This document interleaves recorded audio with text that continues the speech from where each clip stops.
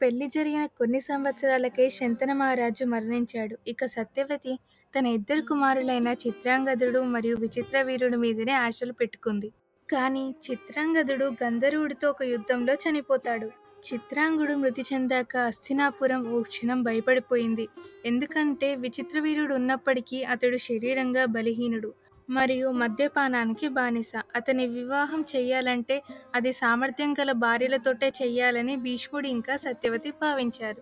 అప్పుడు వారి దృష్టి కాశీ దేశంలో జరుగుతున్న స్వయంవరం మీద పడింది. కానీ అక్కడికి వెళ్ళింది మాత్రం భీష్ముడు. అక్కడున్న రాజులందరినీ ఓడించి ముగ్గురు రాజకుమార్తెలను అంబ, అంబిక, అంబాలికను గెలిచాడు. కానీ ఇక్కడ సమస్య ఏంటంటే అంబ అప్పటికే శల్వ మహారాజును ప్రేమించింది.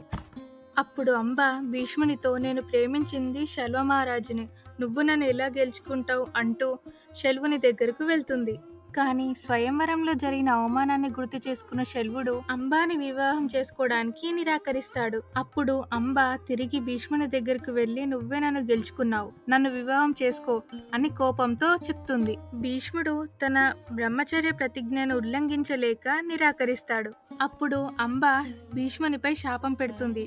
నీ కారణంగా నా జీవితం అంతా నాశనమైంది, నీ మరణం నా చేతుల మీదగానే జరుగుతుంది పెట్టి అగ్నిలో దూకి చనిపోతుంది.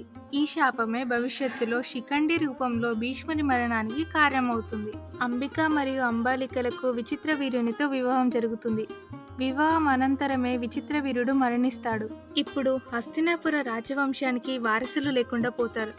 మరి ధృతరాష్ట్రుడు ఇంకా పాండురాజు ఎలా జన్మిస్తారు, విదురుడు ఎవరు, ఇవన్నీ పార్ట్ 5లో తెలుసుకుందాం. మీ సపోర్ట్ మాకు ఎంతో ముఖ్యం. కంటెంట్ నచ్చితే మా ఛానల్ను సబ్స్క్రైబ్ చేయండి.